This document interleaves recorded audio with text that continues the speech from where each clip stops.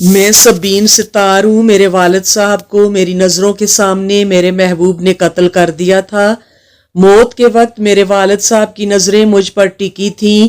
ان نظروں میں کیا کچھ نہ تھا، گلے شکوے، دکھ درد، تکالیف، یہاں تک کہ شاید بد دعائیں بھی، مگر بجائے مرتے ہوئے باپ کے منہ میں پانی ڈالنے کے میں اپنے محبوب کو محفوظ راستے سے فرار کروانے چلی گئی تھی۔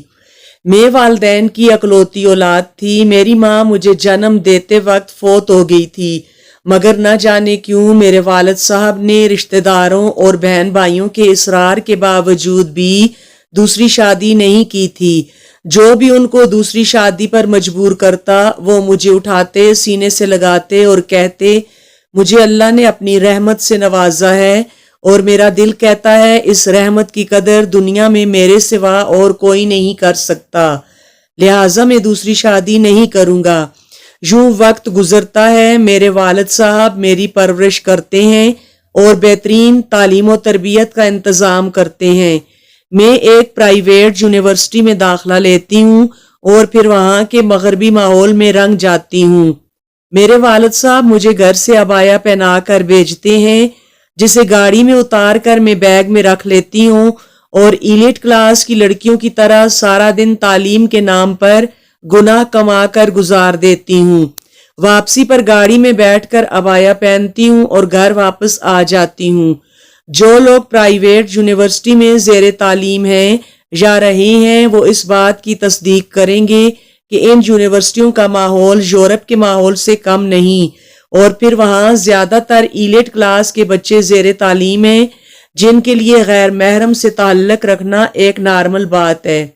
میری دوستی بھی جن لڑکیوں سے تھی وہ جوہر ٹاؤن اور ماڈل ٹاؤن کی رہائشی تھیں۔ ہر لڑکی کے 3 4 بوائے فرینڈز تھے۔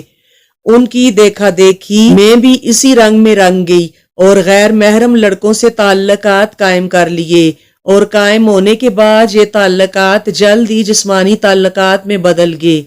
دوسری طرف میری ماں تھی نہیں، والد صاحب سارا دن کاروبار میں مصروف ہوتے تھے، لہٰذا کوئی روکنے ٹوکنے والا نہیں تھا۔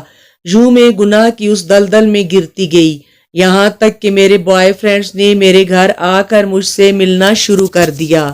جب لڑکے میرے گھر آنے جانے لگے تو محلے کے کسی بزرگ نے میرے والد صاحب سے شکایت کر دی۔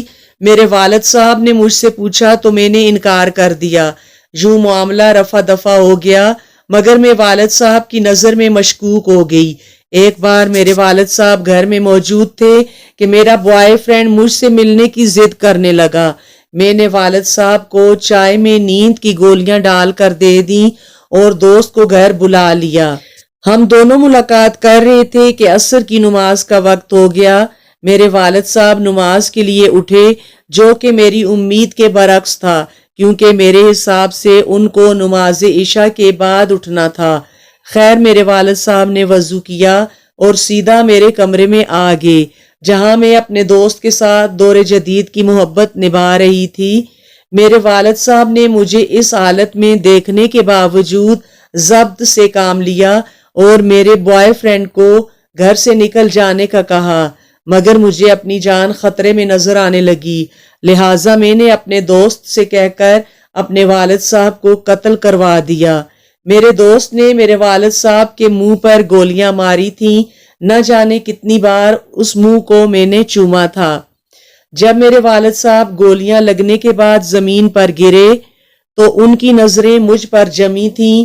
ان نظروں میں گلے شکوے، دکھ تکالیف اور شاید بد دعائیں بھی تھیں۔ خیر میں بجائے مرتے ہوئے باپ کے منہ میں پانی ڈالنے کے اپنے محبوب کو محفوظ راستے سے باہر نکالنے چلی گئی تھی، اور جب واپس آئی تو میرے والد صاحب کی جان نکل چکی تھی۔ گولی کی آواز سن کر محلے والے آ چکے تھے۔ میں نے ڈاکو آنے کا ذکر کیا، مگر کسی محلے دار نے میرے بوائے فرینڈ کو میرے گھر آتے ہوئے دیکھا تھا، لہٰذا مجھے پولیس کے حوالے کیا گیا۔ یہاں تک مجھے آخری بار میرے والد صاحب کا چہرہ بھی نہیں دیکھنے دیا گیا۔ میں نے جلد ہی پولیس کے سامنے اقبال جرم کرتے ہوئے اپنے بوائے فرینڈ کا نام بتا دیا تھا، اسے بھی گرفتار کر لیا گیا۔ مجھے عمر قید اور میرے بوائے فرینڈ کو سزائے موت سنا دی گئی ہے۔ آج ہم دونوں جیل میں موت کا انتظار کر رہے ہیں اور میں اس بات کی تصدیق کر رہی ہوں کہ غیر محرم کی محبت عذاب ہے یا رب۔ قارئین کرام، دنیا میں بے لوث رشتہ اور بے لوث محبت صرف والدین کی ہوتی ہے۔ والدین کے سامنے کسی غیر کی محبت کوئی معنی نہیں رکھتی۔ پتہ نہیں کیسے شیطان اپنا داؤ چلا لیتا ہے اور اس کے بہکاوے میں آ کر گناہ کی دلدل میں دھنس کر دنیا اور آخرت دونوں کے عذاب کما لیتے ہیں اور سب سے قیمتی اور بے لوث رشتوں کی پناہ چھوڑ کر چلے جاتے ہیں۔ پھر نارسائی کے دکھ، رسوائی کے عذاب مقدر بن جاتے ہیں۔